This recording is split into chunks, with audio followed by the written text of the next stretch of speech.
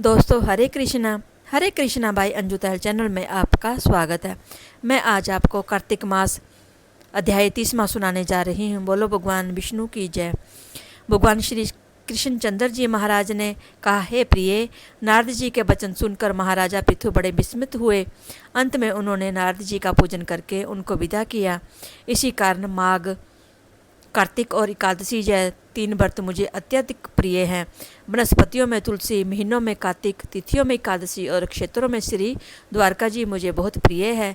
जो प्राणी जितेंद्रिय होकर इनका सेवन करता है वह यज्ञ करने वाले प्राणियों से भी मुझे अधिक प्रिय होता है। जो प्राणी विधि विधान से इनकी सेवा करते हैं उनके अनुग्रह से सभी पाप दूर हो जाते हैं। भगवान श्री कृष्णचंद्र जी महाराज के वचन सुनकर सत्याभामा ने कहा, हे नाथ, आपने ये बात बड़ी आश्चर्यजनक कही है कि दूसरे के लिए पुण्य के फल से कलह की मुक्ति हो गई। यह प्रभावशाली कार्तिक मास आपको अत्यधिक प्रिय है कि जिसे पतिद्रोह का पाप केवल स्नान के पुण्य से ही नष्ट हो गया, दूसरे प्राणी द्वारा किया गया हुआ पुण्य उनके देने से कैसे मिल जाता है, ये आप मुझे बतलाइए। इस पर भगवान श्री कृष्णचंद्र जी महाराज ने कहा, बिना दिया हुआ पुण्य और पाप जिस कर्म द्वारा मिलता है सो सुनो। सतयुग में देश, ग्राम तथा कुलों का दिया पुण्य या पाप मिलता था, किंतु कलयुग में केवल कर्ता को ही पाप और पुण्य का फल भोगना पड़ता है।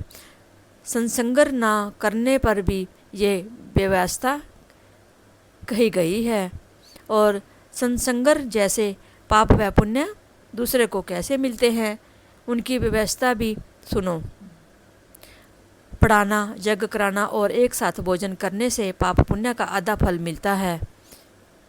एक आसन पर बैठने तथा एक सवारी चढ़ने से श्वास के आने जाने से पुण्य व पाप का चौथा भाग प्राणी मात्र को मिलता है।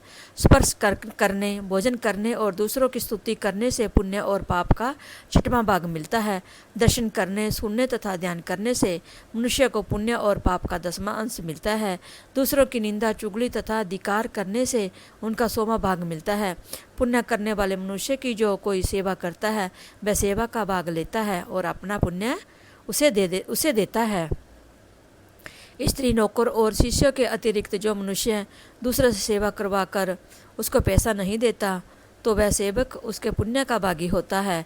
पंक्ति में बैठे हुए भोजन करने वाले की पत्तल जो व्यक्ति लांघता है वह उसको जिसकी पत्तल उसने लांघी है अपने पुण्य का 6वां भाग देता है। स्नान तथा ध्यान आदि करते हुए मनुष्य से जो व्यक्ति बातचीत करता है या उसे स्पर्श करता है वह उसे पुण्य का 6वां भाग उसे दे डालता है।